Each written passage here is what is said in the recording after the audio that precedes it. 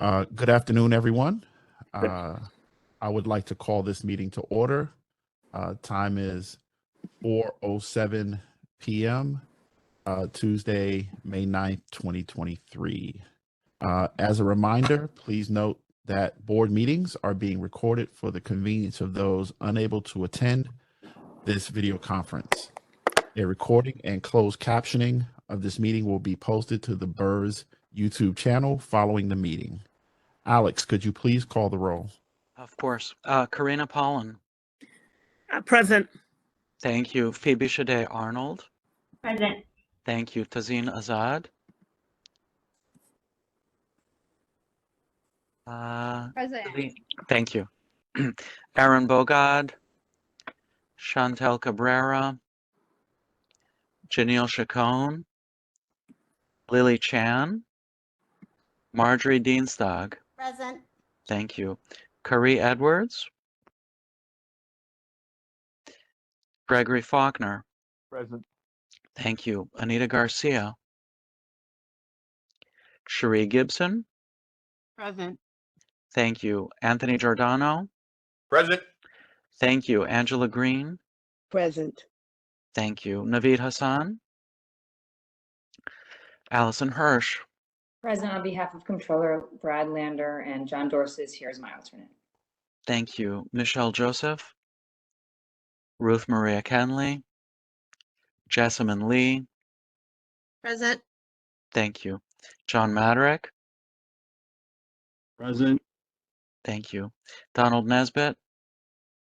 Present. Tony, I like this. Thank you. Alan Ong.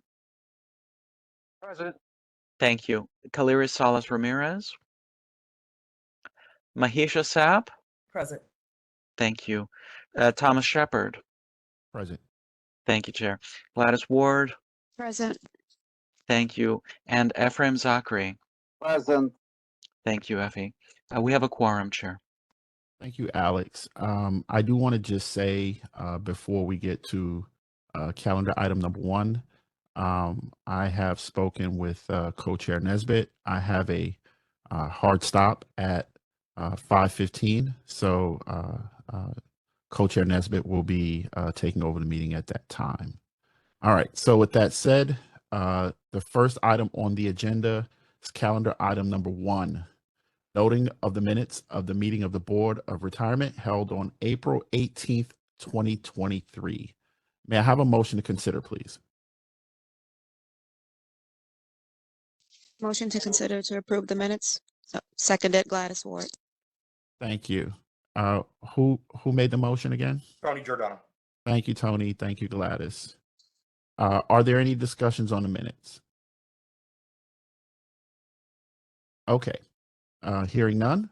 When I call out all in favor, if you wish to vote in favor of approving the minutes, please unmute yourself, respond in favor. Similarly, if you wish to oppose or abstain from the vote, please unmute yourself and respond accordingly when I call out any opposed or any abstentions.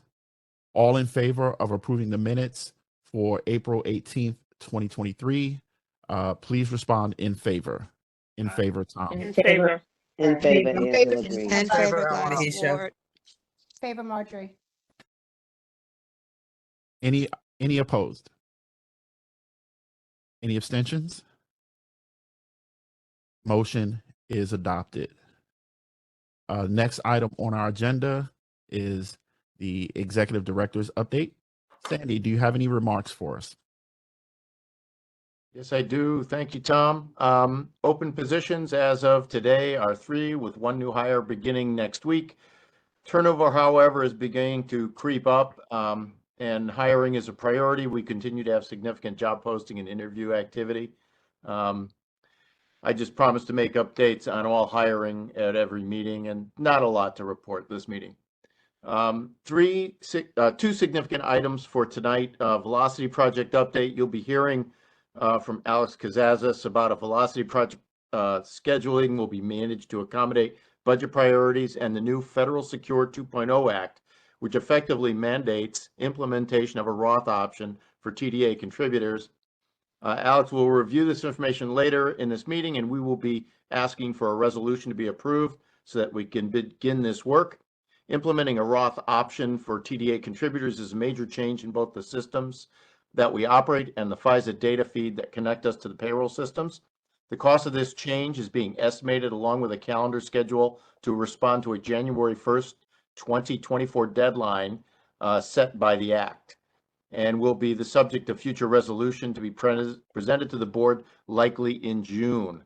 This will be a separate item that is expected to impact both fiscals 2024 and 2025. And just to note that we're not alone in our position here. We are working very closely with Teachers Retirement System on their response to the Secure 2.0 Act. Tonight's other significant topic is our proposed fiscal 2024 budget.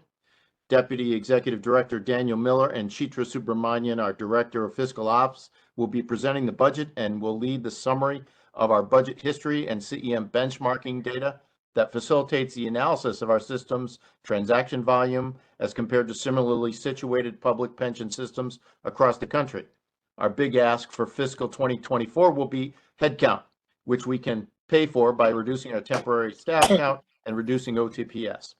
While we are proposing a 2.5 increase in total spending, 2/3 of this increase is a direct result of the fringe rate increase and DC 37 contract provisions. On an adjusted basis, we'll be asking for a 0.8% increase, but the details will be later in the meeting. And I'd also just like to acknowledge that we're sending a squad of trustees to the May 20 through 24th NCBERS University Trustee Educational Seminar and NCBERS Accredited Fiduciary Program. I want to thank the trustees who are going on that trip later this month. And that's enough for me. Chair Shepard, if there are any questions, I'd be happy to respond. Thank you, Sandy. I do want to note for the record that Calera Salas Ramirez is here, Kari Edwards is here, and Lily Chan is here. Did I miss anyone who was not here during roll call?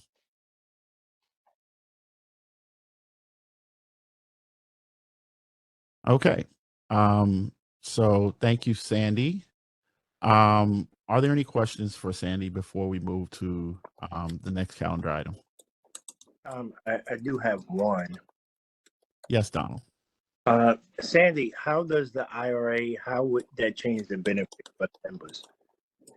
So Alex will get involved in this with you, but the Secure 2.0 Act changes the profile of additional contributions that are allowed to be made after age 50 and requires for many people who participate in that program a Roth option because it mandates only Roth contributions for some participants. Alex will get into more detail on that, but this is I consider this an unfunded federal mandate to preserve our DC, our defined contribution retirement system. And we have no choice but to comply with it. All I right. hope I answered your question, Donald. If not, Alex is probably the best person to address it later in the meeting. Yeah, that's fine. Thank you, Sandy. Yep. All right. Thank you. I also want to note for the record that Naveed Hassan is here as well. That said, the next item on today's agenda are calendar items 2 through 17, the ordinary business of BERS. May I have a motion to consider calendar items 2 through 17, please? So moved. Giordano. Thank you, Tony. Second, Effie Zachary. Thank you, Effie. All right. Let's see. Alex, could you please tell us about the ordinary business of BERS? Certainly. These are all the retirements, death benefits, and refunds that have been processed since the last meeting of this board. Thank you, Alex. We will now vote on these items. All in favor of approving calendar items 2 through 17, please indicate your approval. Aye, Tom. Aye, Greg. Hi, Angela. Hi, Colleen. Hi, Gladys. Any opposed? Any abstentions? Thank you. The motion is adopted. The next item on the agenda is for an attorney-client session. May I have a motion to enter attorney-client session? Motion carrier. Seconded by Tony. Okay, who made the motion? I'm sorry. It was Kari. Thank you, Kari, and thank you, Tony. All in favor of entering attorney-client session? Aye, Tom. Aye, Effie. Hi, Kareem. I, Gladys Ward. Hi, Suzanne. I, Angela Green. Any opposed? Any abstentions? Thank you. The motion is adopted. So the next item on the agenda is calendar item 18, authorization of rebalancing of funds of the Board of Education retirement system. May I have a motion to consider, please?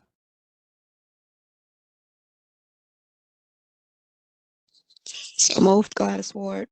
Thank you, Gladys. Second, Suzanne. Thank you, Tazeen. All right. So, Merritt, could you please tell us about this resolution? Good afternoon. Oh, wait a minute. We have a motion to consider? Yes, I'm sorry. So, yeah, Merritt, could you please tell us about this resolution? Good afternoon. In your board packets is a letter from me regarding the annual rebalancing of certain BERS funds used in the operation of the system.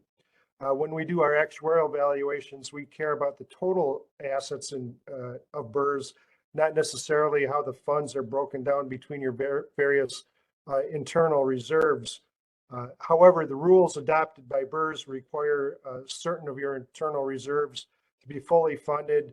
And because of investment and actuarial gains and losses that occur each year, those reserves get out of balance and need to be trued up with transfers into and out of your contingent reserve fund.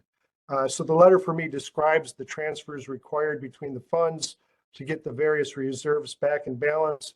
And we're requesting the board authorize the rebalancing through these internal transfers. All right. Thank you, Marek. Are there any questions from the board? Okay, I see Effie's hand up. So from what I'm seeing, it looks like the data is almost a year old. Do we have something more recent? No, this is the actual most recent actuarial valuation. There's a lag of about a year and a half between when we do our valuation snapshots and the fiscal year for what it's for. So the June 30th, 2022 is our last snapshot of the data we collected and the last time we calculated the liabilities. Oh, okay, I didn't realize there's such a lag. Thank you for clarifying that. Do we have a certain time frame to do it? No, I mean, it doesn't impact us on an actuarial side for calculating your contribution rates for the obligors. And my understanding is there have been years that this hasn't been done, but your rules specify it needs to be done. I guess I would have to go back to read the rules to see if there's a time frame. It says it's supposed to be done annually. So I don't know the exact date that it would need to be done by. Now, my main concern from that question is like we don't have to like have a fire sale of an asset or something like that. We can move it relatively slowly. Thank you. Yeah, this is no selling of assets or anything. This is just internal bookkeeping, Right. where assets are transferred.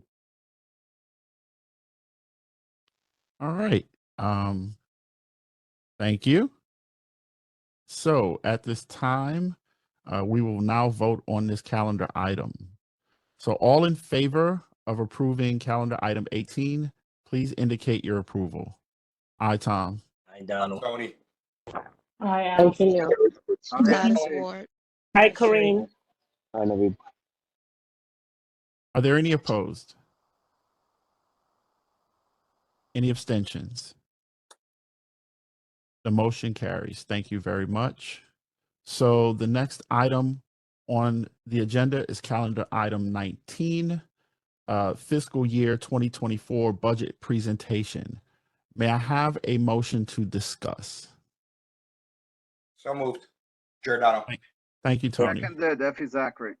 Thank you, Effie. All right. Daniel, could you please tell us about the budget? Thank you, Co-Chair Shepherd. Should we pull up the presentation? Can you all see that? Yes. Okay, for those of you who don't know me, my name is Daniel Miller. I'm BERS Deputy Executive Director, and I'll be presenting along with you today on the proposed FY24 budget. This is just for discussion this month. The vote is next month. Next slide. So we thought it'd be helpful to get the thoughts of, two people on our board, represented on our board, and Mayor Adams, who said a budget is a statement of your values. And this past week, we announced a budget that says very clearly, we value our city's working people. They are the innovators and they're the backbone of New York City. They're who we're fighting for. Comptroller Lander said, responsible budgeting for NYC's future does not mean cutting services that New Yorkers rely on. Now, what we've done with this budget is to take those two things into account. Before we get to this year's budget, we thought it was important to look back, even if the board is new, on what we've done the last few years very quickly. Next slide. I'm sorry. So let's explain to the board about corpus funded, how we are actually funded.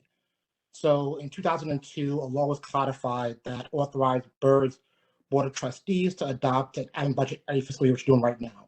But the expenses of that budget are paid from the withholdings of the retirement system. So BERS budget, like the other four systems, are not a part of the city's overall mayoral budget. Any questions on that? This is Allison. I have a question on that. My understanding is BERS and the budget gets sort of paid out through DOE and then gets reimbursed through Corpus, and the system, the other four systems that similarly get sort of paid out through the city's general finances and then reimbursed through Corpus. Is Correct. that accurate? Okay. Correct. Any other questions? Next slide, please. So since 2017, the budget has increased over 62%. Our staff has grown from 8736 to 136, and this has been at the directives of the board. Our budget is on par with other NYC funds of our similar size. And what we've done with the budget is to put more money in the pockets of our members. We've upgraded our technology, we reduced backlogs, and we believe we have better service for our members. But there's more to go to get the best service possible for our members. Next slide. So here's all the things that we've done in the last 6 years with the budget. Because of that improved technology, we've been able to expedite certain recalcs that got 1.5 million in increased benefits per year to retiree and 13 million in retirees' back pay. We save money at CPs, velocity was completed on time, disability center, or call center, self-service. We've moved to Water Street, and we've upgraded our 5 Court Street member area. Next slide. So there was discussion about our budget being out of whack. So we put this comparison together to compare us to another fund in New York City that's a very similar size to BERS on active members. We don't have the same amount of inactive members or retirees, but active members of those that drive the transactions. So as you can see here, Please Fund, they have more headcount than we do, even though we have very similar type of active members. All their members are automatically enrolled in their pension. We have 33,000 members that could be in BERS and not in BERS. We're more complex than they are. We have complex tier plans. They only have 3. We have 403B. Our members are majority women at 70%, and over half are part-time. As you can see, there's a difference in the AUM between us and them, but that's due to our members being the lowest paid city employees. The next slide. As you can see here, comparing us to police for a 17-year period, on average, BERS was only funded 54% what the police budget was. And if you look at year 2017, that's the first year of the budget under Sandy and I, and we try to get parity to improve services for our members. Any questions here? Next slide. So now we talk about CEM benchmarking. What CEM benchmarking is it compares BERS to a peer group of other pension funds across the country of similar size. So per CEM, BERS does almost 40% more transactions than our peer group. And these transactions do not include the TDA. And BERS peers do not have part-time members. And while it's important because part-time members make your calculations way more complex. Next slide. As you can see from this chart here, it shows where we're doing more and less transactions than our peers. You see 1C, the third row down, we're doing 312% more withdrawals than our members, than our peers. Member calls, 150% extra. Mailroom and letters, that's 107% more. And estimates is almost 200% more. So you can see that we are doing a lot more work in communications and transactions than a lot of members are. Next slide. So this is our service score. So our score was 49 out of 100. It was lowest in our peer group. We have improved in our service score from the first time to see him 4 years ago from 38 to 49, but not where we want to be. Next slide. This shows our member contact score when members are contacting BERS either through email, phone calls, or messages on our website. And our score was near the bottom. Next slide. And why was the score at the bottom is because basically our call center had an abandoned call rate of 68.6%, while our peers averaged 14.3%. So that's a number we're looking to improve. And this is the first headcount request we're making there. You want 4 additional headcount for the call center to drive this number down with the goal of having it done by the end of fiscal year 25. Next slide. Hey, Daniel, do you mind if I ask you a question regarding that? Thank you. So I know that we have had historic challenges in hiring folks for our call center. You know, I know earlier Sandy's remarks, he spoke about, you know, the number of folks we were able to bring in versus the number of folks that have been leaving. And I guess the question I have is, given today's, like the environment and hiring, right? And the fact that, you know, even call center folks could make more money in the private sector than they can public sector, right? Have we, in terms of this budget, thought about what that would look like in terms of being able to hire and actually retain people? Like, and I guess the way I'm asking it is, do we anticipate the total amount of this budget increasing slightly to be able to hire and retain enough people to staff the call center? So the goal of this budget was to keep the budget as flat as possible with providing the best service to members as possible. The call center, we have fully staffed it as of right now.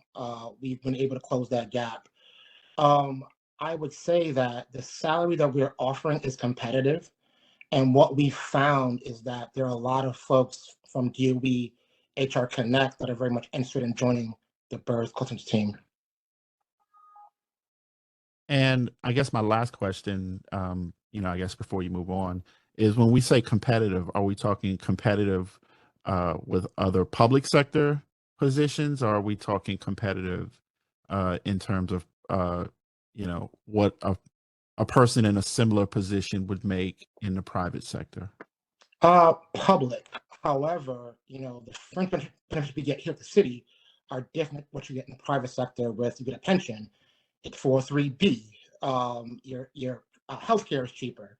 So if with that in consideration, I think it's on par or slightly below the public sector. I mean, sorry, private sector. Thank you. I appreciate that. You're welcome. Any other questions here? I have a couple of questions before we move on, Steffi. Chair, if I may be recognized. Yes, go ahead, Effie. All right. You mentioned before non-enrolled members, I think 33,000. Look, why does that matter, non-enrolled members? It matters because those folks have right to be in BERS. I think it's a moral issue, equity issue, and a social justice issue. Quite frankly, the vast majority of city employees have automatic enrollment. If you're a firefighter, if you're a cop, if you're a teacher, you're automatically enrolled in the pension. So I think it's a moral obligation, one, but I think it's in the city's best fiscal interest long term to have these folks enrolled in the system. We've had members come to BERS, think they can retire, and they give us their social and tell them you're not a member, you never joined, and they've worked for the city 20, 30 years sometimes, and they have no retirement to fall back on besides Social Security. So I think that would be in the city's best interest to get these folks in as soon as possible.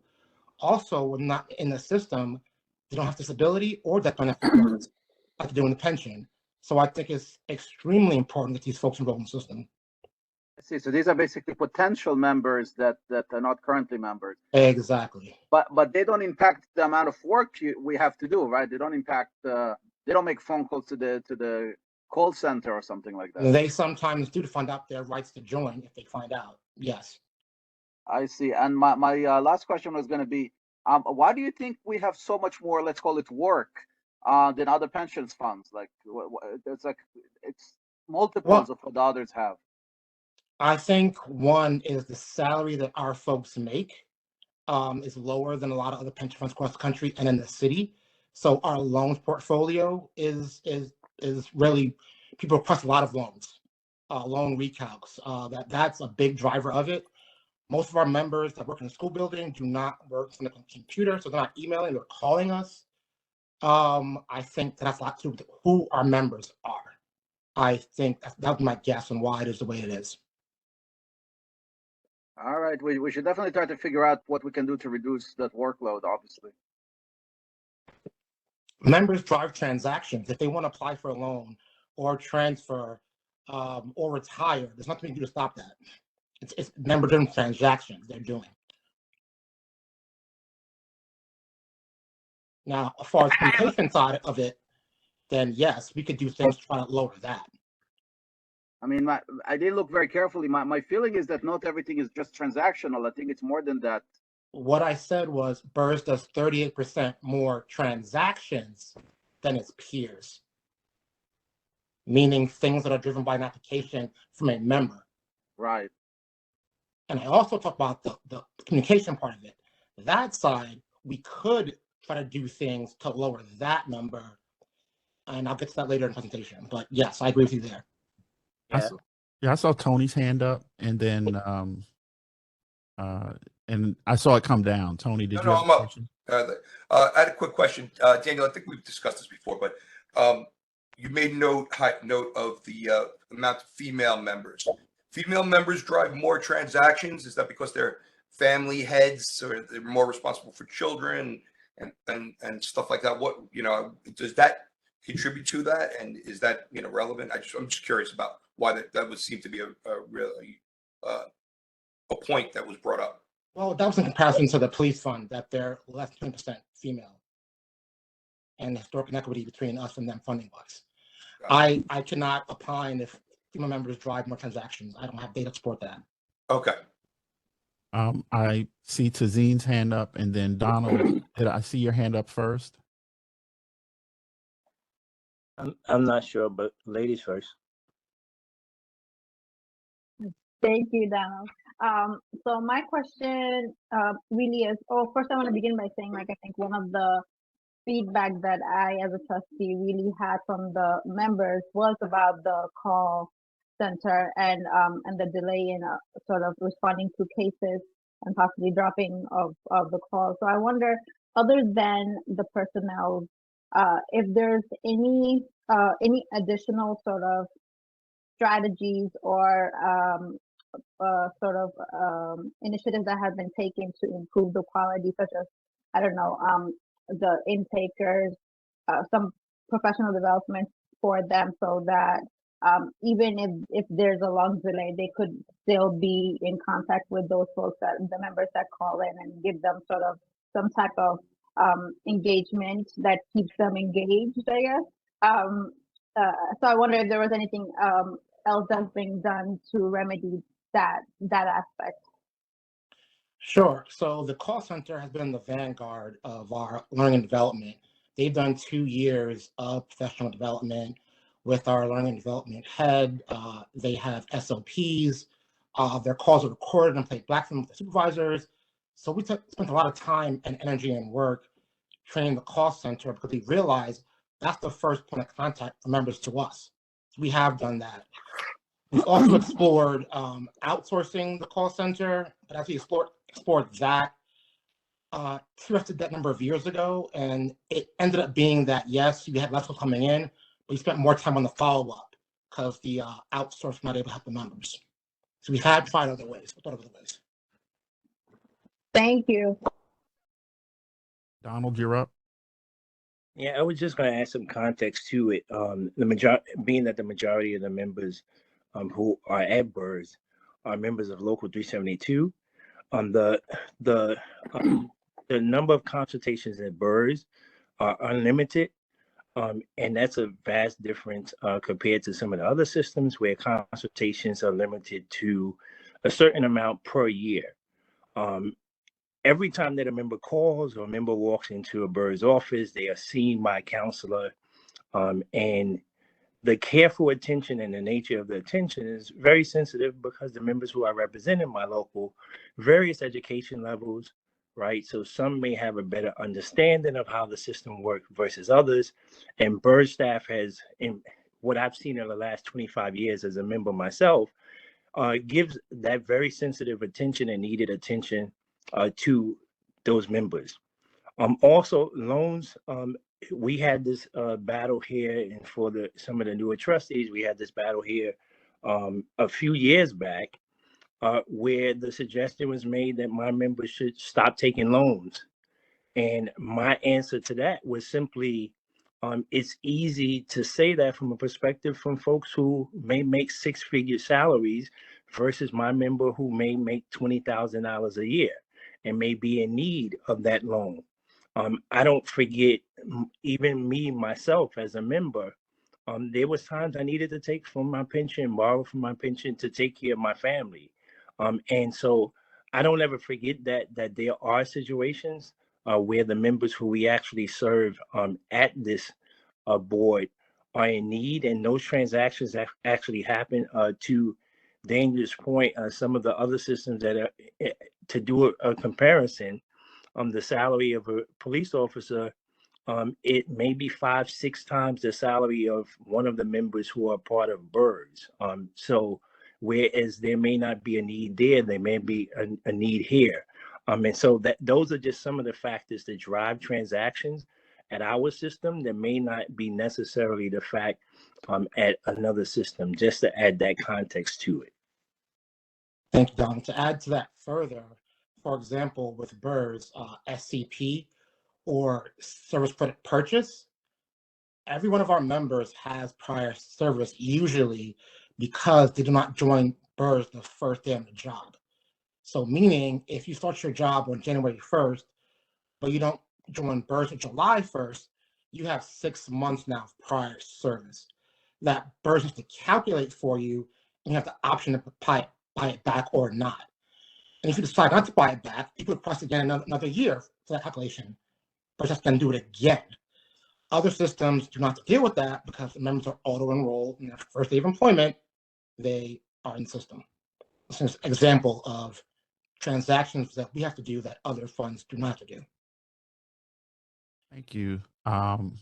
Thank you, Daniel. And thank you, Donald, for that important context. Mahisha? I always, from day one with BERS, this document, or a very similar one, stood out. I was fascinated by, and I was hoping that we would, really just lean into this. And it just has to deal with the work that I've done in the past, especially around the working poor, like just so many people who actually do work that are still homeless. And the cost, and it goes back to the cost of living. It goes back to the quickness It wasn't planned when I talked about my mentees talking about what is the deal with this resume stuff? Like, why is this process so long? And the effectiveness on completing a transaction, the effectiveness, how many steps are required for someone to complete a transaction, OTP responders, live people responding, outsourcing responding, and it all comes into play when it comes time to customer service and the availability of information. I just thought this was really fascinating because it's a lot of gaps here that can cause this as well, but that'll be another conversation.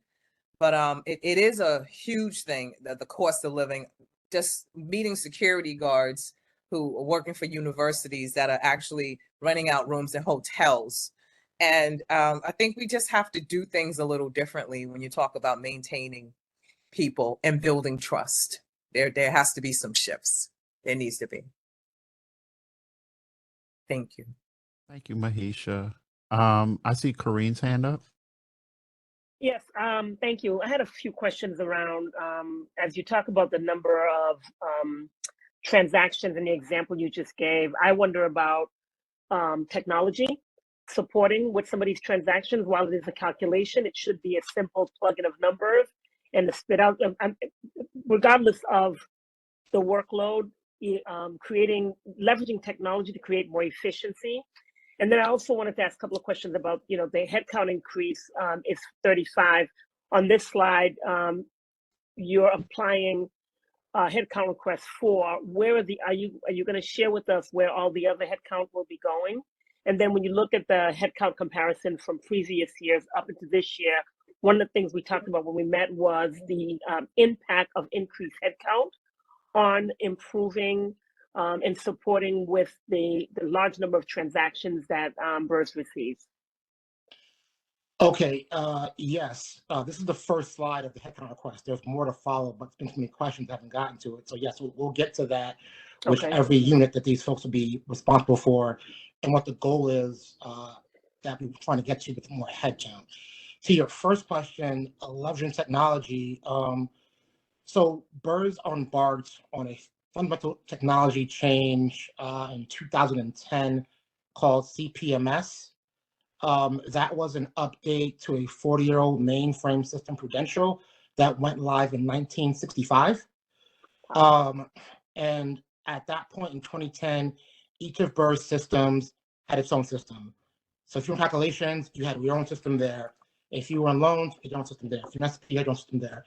And none of these systems talk to each other, and they have their own data. So it was very, very complicated to take 40 years of corrupted data across multiple sources and make them in sync and make sense and import it into a new modern system that is CPMS. That went live in 2017.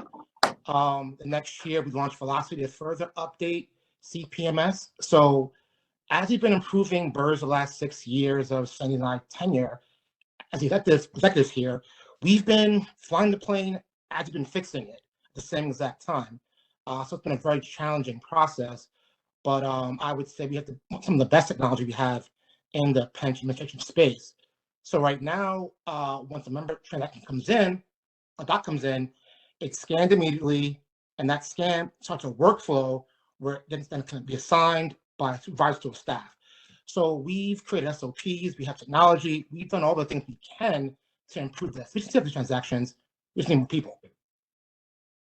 Answer your question? Yes and no, but go ahead and move on. Okay, the no part, please. I'll follow up later if you can answer it. Next slide, Sally. I'm sorry. I have a question, Daniel. Okay. Okay, I see Alice's hand and then I see Donald. I had my hand up too. Oh, okay. Yeah, I got this weird bar up here, so it only shows me when the slides are up. It only shows me like 6 of y'all at a time. So. Yeah, I can't see anybody right now. Just yep.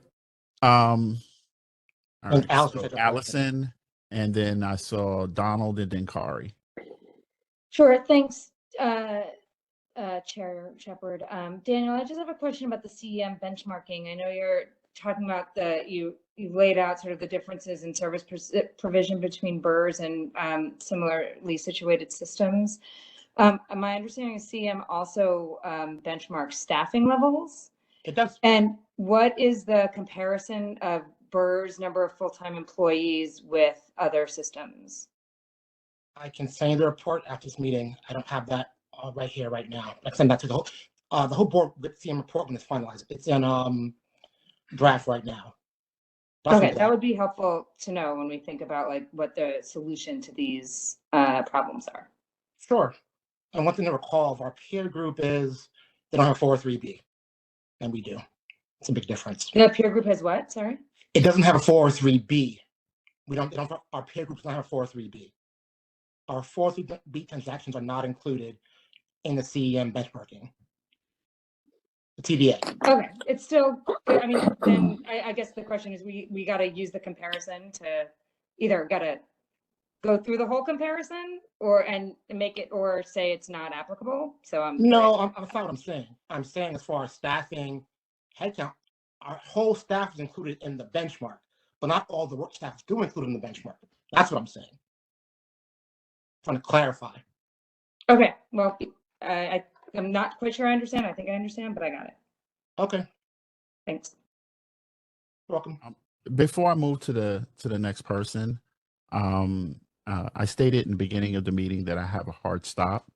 So I'm going to ask Co-Chair Nesbitt. He can take over this part of the meeting from me. I will say I wish everyone a good evening. And before I go, I do have one last question for Daniel. It's kind of a follow-up to the question that Tazeen asked. And that is, if we understand what, or we have a better understanding of the types of improvements in services that we need to offer to our members, are those improvements, and I understand that part of this is trying to keep the budget kind of flat, you know what I mean? But are improvements in the services that we provide to our members included as part of this budget? Or are we kind of in a holding pattern given kind of the fiscal situation that has been projected by the mayor? No, we're driving to still improve service to our members. Not a holding pattern, no. Thank you. With that, I just wanted to wish everyone well and have a good evening, everyone. Take care, Tom. Thanks, Tom. Good evening, Tom. Good afternoon, Chair. Bye, Tom. Thank you. I just wanted to add to Green's question on technology, to add a little context to that. DOE during the pandemic moved to new technology, well, not new technology, but new to the same members who are part of BERS, the members of Local 372, DC 37. When they did that, it was challenging. So there are serious challenges that actually resulted moving into that platform for the members, and some members not getting paid months and weeks at a time. So I just do want to outline the new technology is definitely needed, but even that is going to take some time. And then the different ages of the members also prevent it causes some technological difficulties, and a lot of them prefer to enter an office to call on the phone versus going on a computer. And the reality is some of them don't have computers to actually go online and do what they need to do. And so just want to add that layer of it to just paint a picture of who we're actually dealing with at the system. I mean, the difficulties there. Yes, we push. I do in going to into locations. I do encourage the members to use the new technology at BERS, but in a lot of cases, I'll get a phone call from a member who says, "Can you just connect me to somebody at BERS?" because it's difficult for them. And so just those challenges, I just wanted to paint that picture for everyone. And there's also, I think Tony put in the chat, the local is pushing for this automatic enrollment bill again. We're working with Merrick and the actuary's office to get a fiscal note soon so we can introduce this legislation. And I hope all of you will be pushing your legislators to support this. I think Kari has something, Kari's hand. I do apologize. I'm taking over for Tom, but I'm actually on my phone, my laptop. For some reason, I can't get to the meeting. So I'll be trying to look and see whose hand is raised. If I do miss you, I do apologize in advance. Kari. Can I just respond to that, Donald? And thank you for the information. I Yes. guess two things. One is completely understand this idea of the lack of technology savviness that may occur with our members. I think one of the things we also have to consider is ease of use and making it easy in the handheld, right? Because where somebody may not have a computer, I think that I'm thinking about more informational. And I was really more responding to what Daniel was saying about the calculation, right? This idea that, you know, when somebody walks in, we have to do all this, you know, transaction. It sounds to me that's very manual. I'm talking about even technology internally for the staff and the customer service reps that's doing this work. You know, it's hard to believe that we are still manually doing these calculations and don't have a system that we can just plug in the numbers and it spits out information for us. And thinking about how to create more efficient response rates and providing greater supports to our internal staff, even though they have to share the information, but what are we asking them to do to be able to get that information that they need? Let me address that point.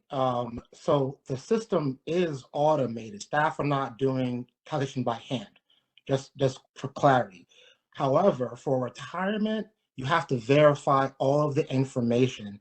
Like I said earlier, there was 40 years of corrupted, incorrect data and data that didn't agree with each other in the city's own systems. We have to verify that part, and that's the work really, the verification of the data of the employment history, the pay history, breaks, leaves, but the calculations are all done within the system. Our website, MSS, if you go on with your phone, it adapts to that. If you're on an iPad, it adapts to that. If on desktop, it adapts to that. So the efficiencies that you're talking about, we have worked to do that over the last 10 years. So we have the systems in place. It's just very complicated to do, especially when you have part-time members that don't given they work hours in a year. That is very much harder to calculate. So the systems are there for efficiency. We have that. It's just verifying all the data. And currently, just so you know, current payroll files are automatically loaded at BERS in our new system. So the current data is correct. It's the historical data that's the issue. Got it. Thank you. You're welcome. I believe Tom had called Kari. Yeah, I'm sorry. So I have a observation and I guess a comment as well. So Daniel, you said you talked about equity as being a huge issue, and then Donald, you kind of backed that up. And so really, I want to first just acknowledge the work that y'all have done, just in the amount of shit that y'all have gone through publicly in the last couple months, but just acknowledge the amount of work that you guys have done with that equity thing being the number one priority, right? That number one reality where you have a older workforce, you have a part-time workforce, you have folks that don't have the ability to do the things that six-figure salary folks do, and the fact that you guys have grew this fund in the way that you have. So kudos to you. I also want to kind of say to the board that if you looked at the growth of something like a group like MCU, right, our credit union, they had the same issue, you know, historically. And what ended up happening was they started to change their customer base to go after more high-level professionals because their call center was overwhelmed. There were people asking for loans and all of these things that the capacity of the money that were in the banks couldn't maintain. So just to kind of quantify what you said, Daniel, and that you backed up, Donald, that the equity of who we're supporting, who we are representing, that is a huge issue, that they do not get paid enough. They do not have the level of access that everyone else does. And I think that's something that shouldn't be ignored and that should really be looked at in understanding how much you guys have grown this with all of those things. So I just wanted to, one, give you kudos, but two, just kind of really talk about that's the reality. And the hospital that I worked at a few years ago, we went through the same integration of trying to do all of that, but we also had the same demographic, and that demographic were low-wage workers who that money belonged to them, and that's they could do it. They had to walk in. So I just wanted to really say that is a reality that I wanted to hammer home. So thank you. Thanks, Barry. To your point, I'm born and raised New Yorker, Brooklyn, public school kid. My whole adult life, I've been at BERS for 19 years. I've always tried to improve the system. So this budget is our representation of what that takes. It's up to the board to decide what you guys want to do. That's why we don't vote this month. We have a month to look at the budget, our proposals, and if you guys want to change to that, so be it. And I don't see any other hands. I did see Sandy. Allison had a Sorry, comment. Allison has a question. I have another question. I'm sorry. Go ahead, Alex. Yeah, me too. Sorry, I just as a follow-up actually to the question I asked before about the staffing levels. It would be helpful as we look at this budget to understand the breakdown between costs between the QPP and the TDA and the 403B. So I know, I believe you see this, the teacher's budget, they'll show us when we're looking at this, how much of the staffing levels, how much of the administrative costs, et cetera, should be allocated to each. I think that would be helpful as we're assessing the costs and for the CEM comparison as well.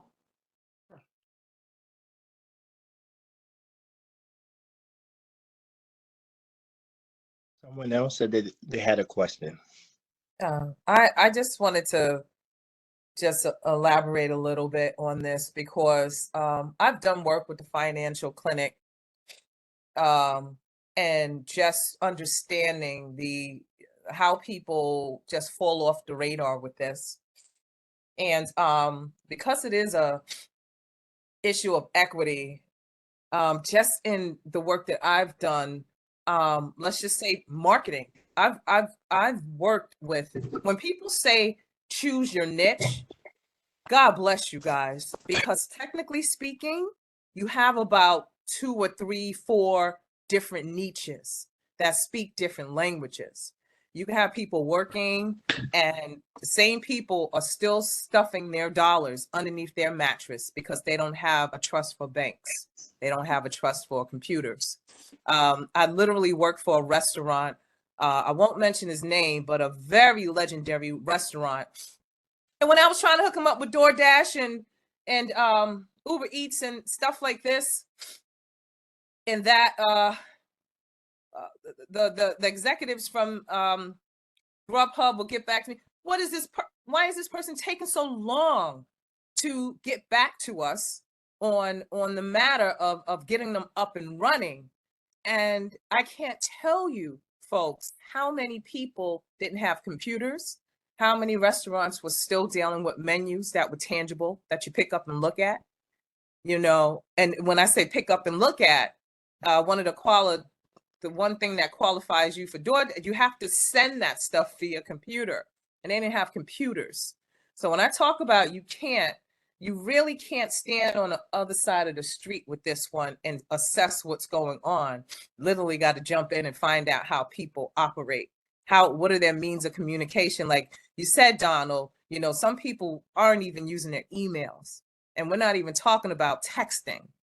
So I think it'll be useful to find out how people navigate their information space, because these gaps that you're talking about and closing these gaps it's gonna require thinking a little bit outside of the box and literally finding out how people work effectively.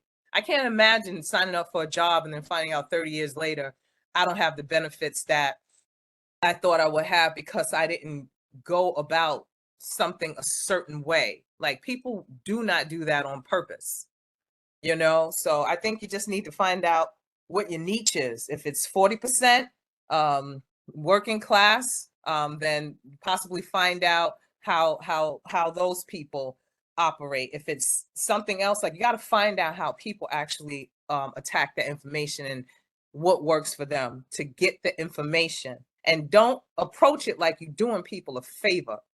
You know, like if they want it, I'm not saying you are, but it's like, well, if they know where to get it, if they have, you know, if they want it, they will find it. No, that's not how people think. It's not how people think. So, yeah, so there is some strategies that will be required.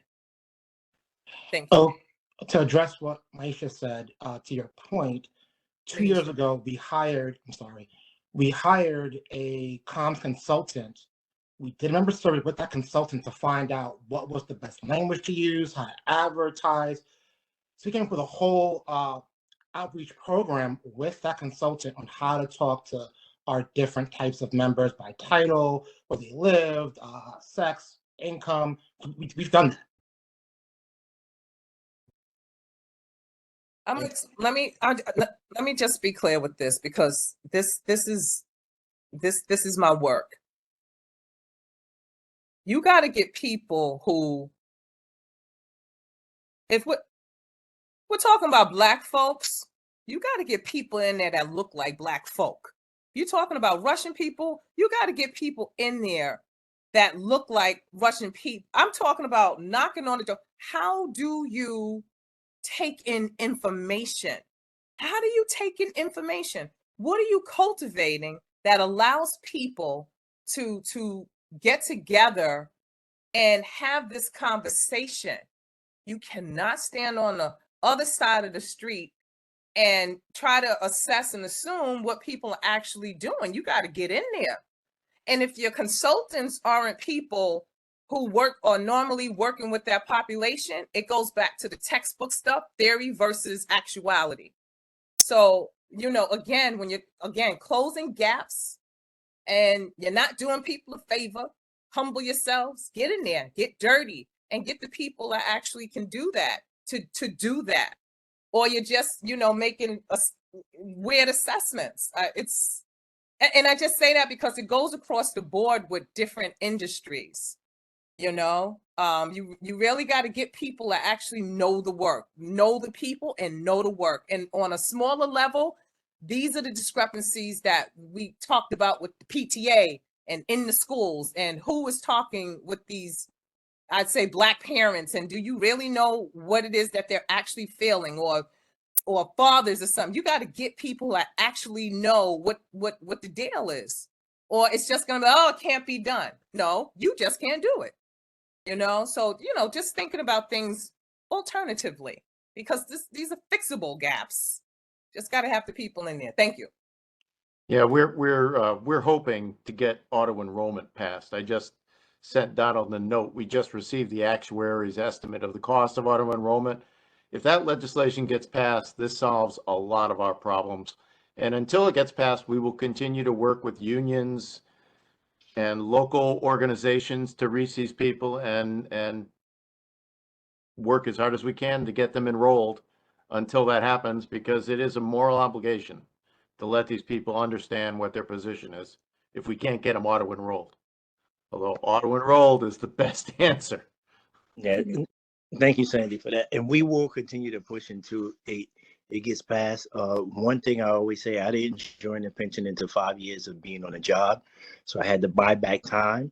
And in my case, my sister actually passed away. My sister, who was pushing me to join the pension, she actually passed away, and it took for me to see her benefit that her children receive for me to even join. I have been one of the members who is looking to get enrolled under automatic enrollment.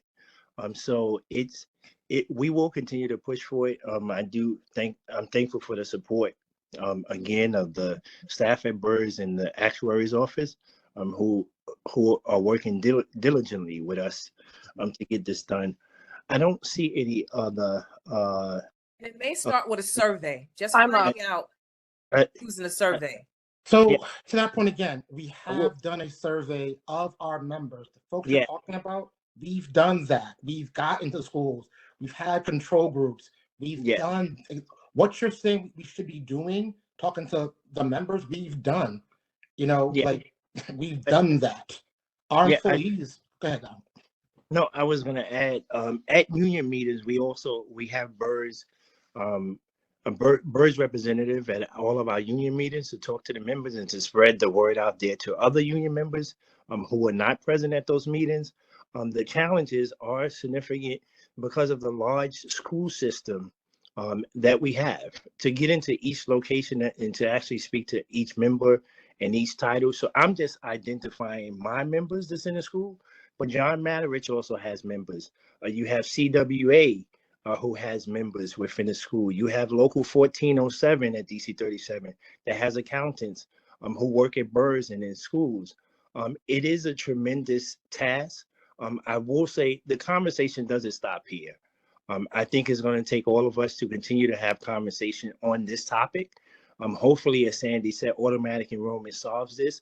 As some of the other systems, because their members are automatically enrolled, they don't have to do some of that work, and it will minimize what we're talking about here today if people are actually enrolled. But I give you my example all the time, because even as a young person, my mentality just wasn't there to buy into a retirement system because I didn't anticipate that I would even be with the job as long as I've been there.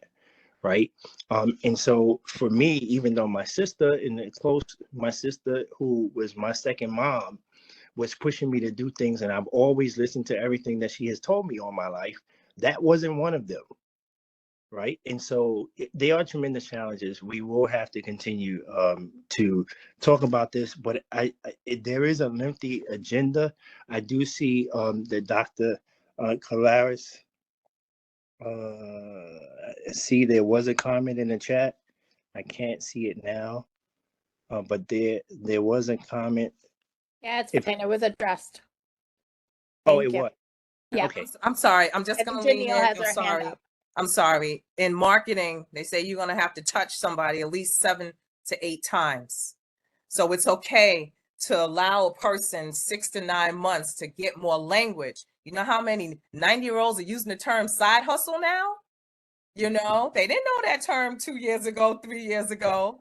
So just understanding how many times you have to touch in the same way in order for someone's behavior to get on board to what it is you're doing. That's my last thought. Thank you. Daniel, if you can continue with the presentation. And Janelle has her hand up. I don't want to. Yeah. Who's Janelle? Oh, go Janelle. Thanks. So just to speak towards, I think it's more of a request, because I've been, privy to seeing the change and the progress, right? So for that, I have to say thank you. I've had that privilege of seeing the change throughout the years. So because we have a couple of members who are not privy to the change of the processes or the things that was done previously, I think it will be helpful. So this is a request to have, like, before all these things that was done, where we were at, and the now, so we could compare. I'm not saying that it's enough. It is not enough. You already spoke to the things that we want to put in place. I think it's always room for improvement, because this is our job. This is what we are here to service and make sure that everyone but at the same time, I do want to recognize the growth. Yes, it might not be a big growth to some. It's a growth from where we came from. So I just want to note that.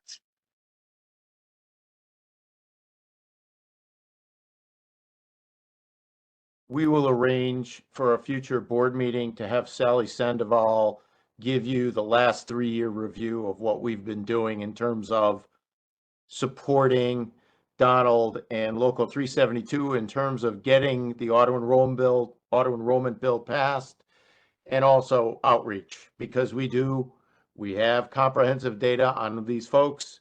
We have a series of programs we have implemented, including email and documents distributions and mailings, but we'll put together a presentation on this for a subsequent meeting. And at that time, we can get Allison the detail on how much of MCU's budget is expended on outreach.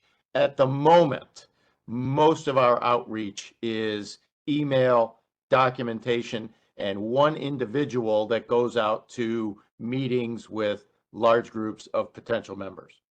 Just to give you a general perspective on how much time this is taking.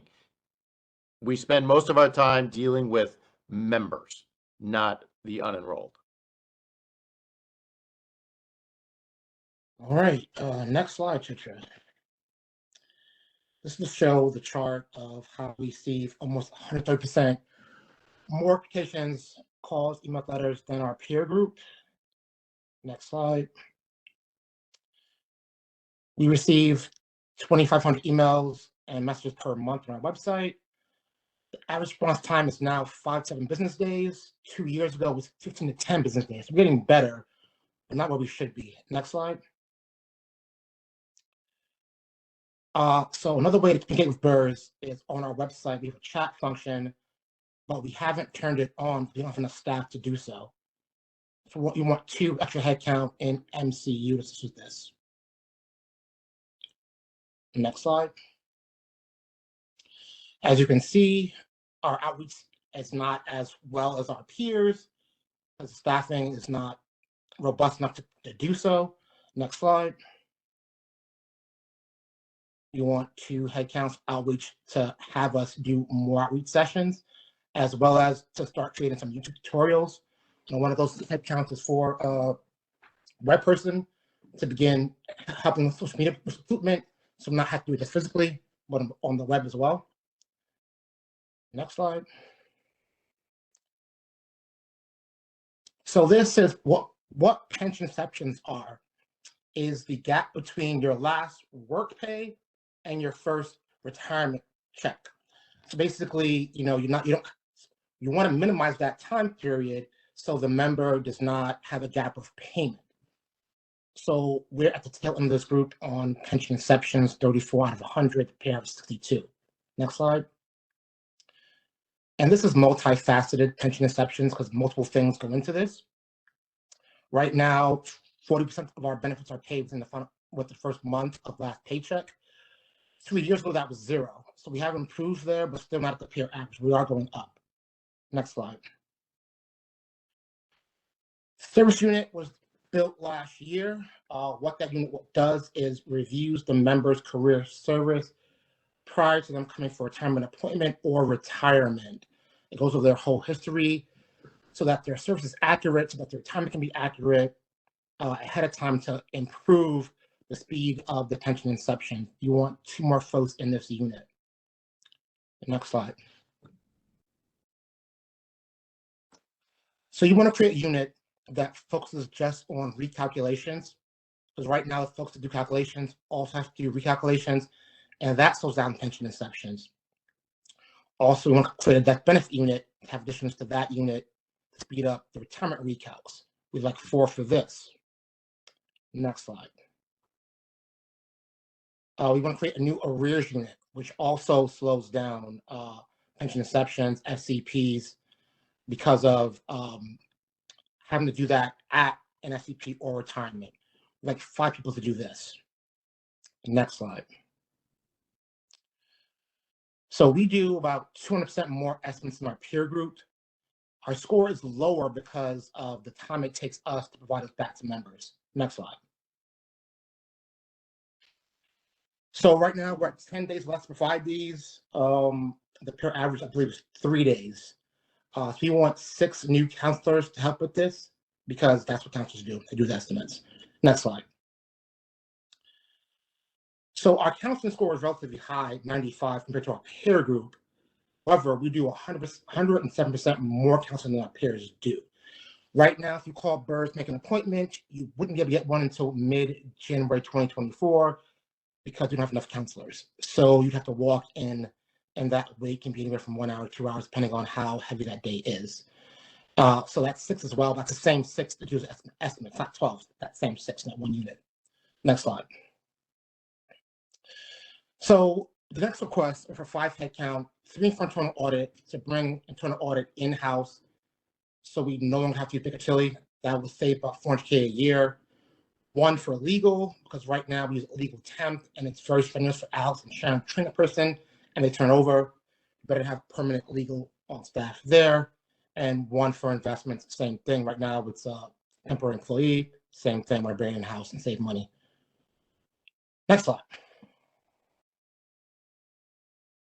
So that's Tricia, next part. I'm gonna keep going.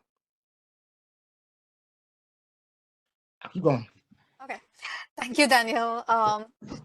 The preliminary budget for fiscal year 24 is 34 million, comprising of 23 million in the personal expense and 10 million in the other than personal expense. The total budget increased by approximately 800,000 from fiscal year 2023.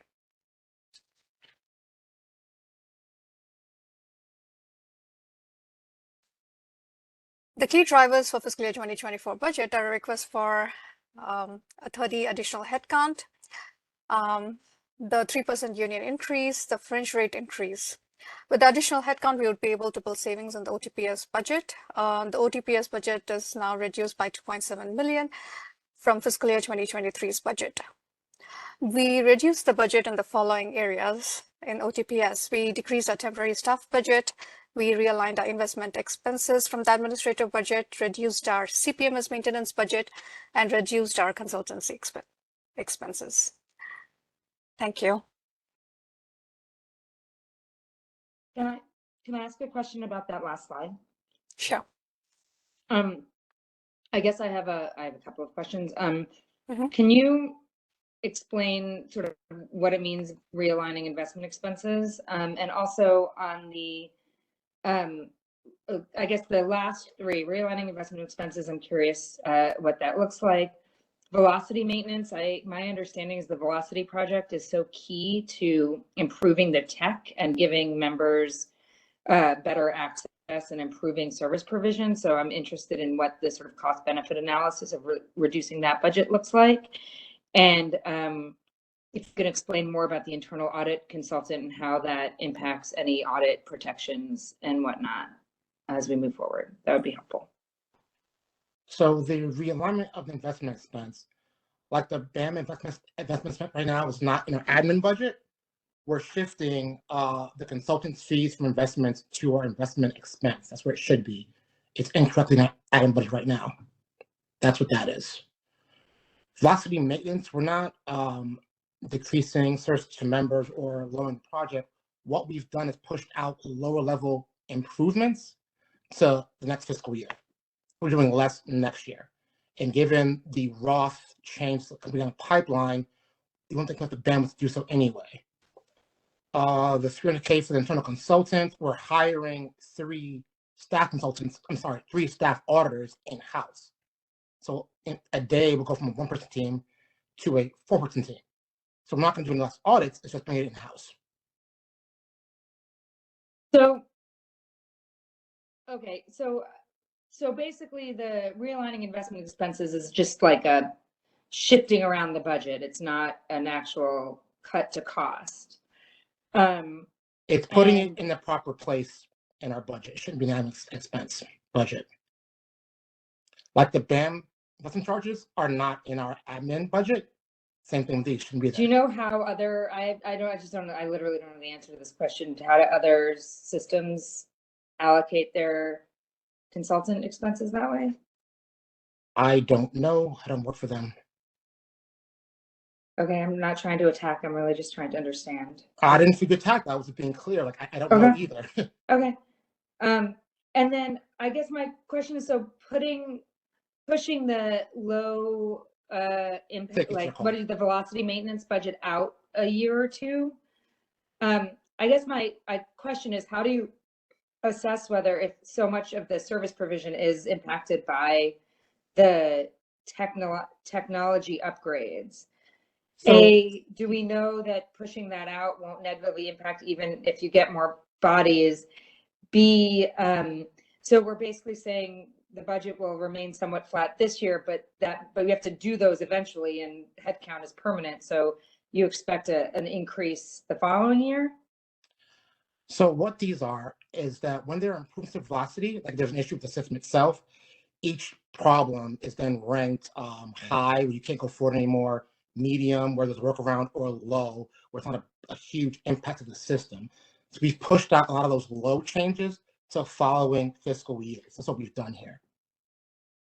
Okay, is there a way as part of the presentation before next month for us to see the line by line budget? We do for other systems, and it would be just helpful to That's going out to you today after this meeting. You'll have that. Okay. Thanks. Oh, one other, that's it for now. Oh. And for velocity, all you'll see is hours, Allison, just FYI.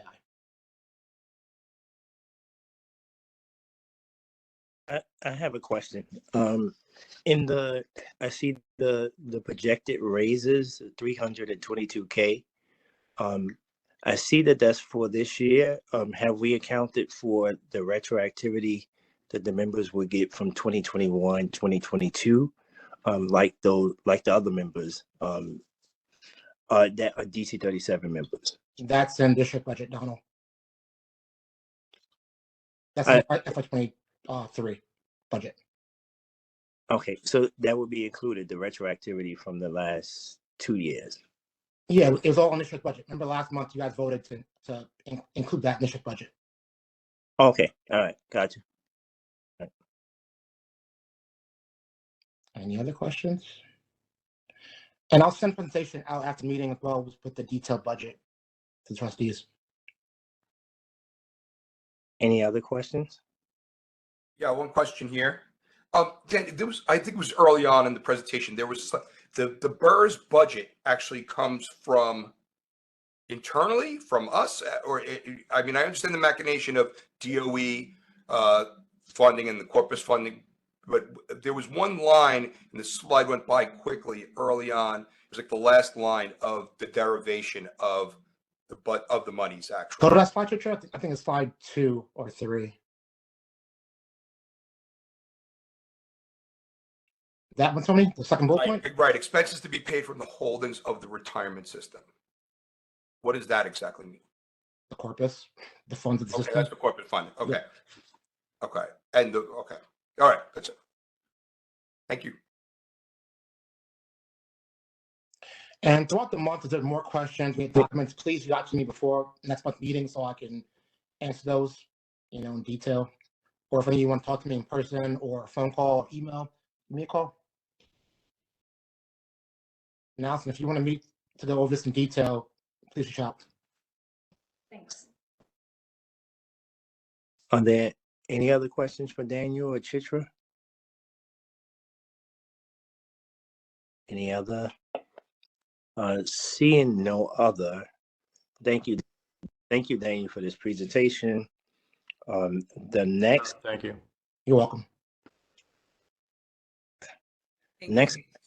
Next item on the agenda is the adoption of the Roth contributions for the Board of Education Retirement System Tax Deferred Annuity Program. May we have a motion to consider? Motion, John. Motion, John. Carrie Edwards.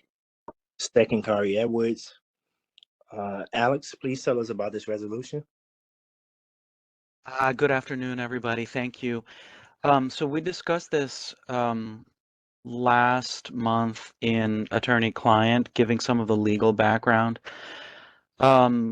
We have a resolution here that we're proposing that would authorize the system to proceed with adopting these Roth contributions to the BERS TDA program and authorizing Sandy to take the necessary steps to administer such contributions. I don't have a whole lot more to say about this, but I think that given that the board has had some time to think about it, I think, likely there are more questions. So if the board would like some more legal advice from me, I think it would be good to go into an attorney-client session to discuss that. And if the board would like to discuss the budgetary implications of this, Sandy and I can also discuss that. Don, if you like, we can go into attorney-client maybe to to give the background again as a little refresher, or to take any questions, maybe that's the place to start. Whatever you think. Okay, so do we have a motion to go into attorney-client session? Motion from John. Motion, John Matteris. Do we have a second? Second, Janelle.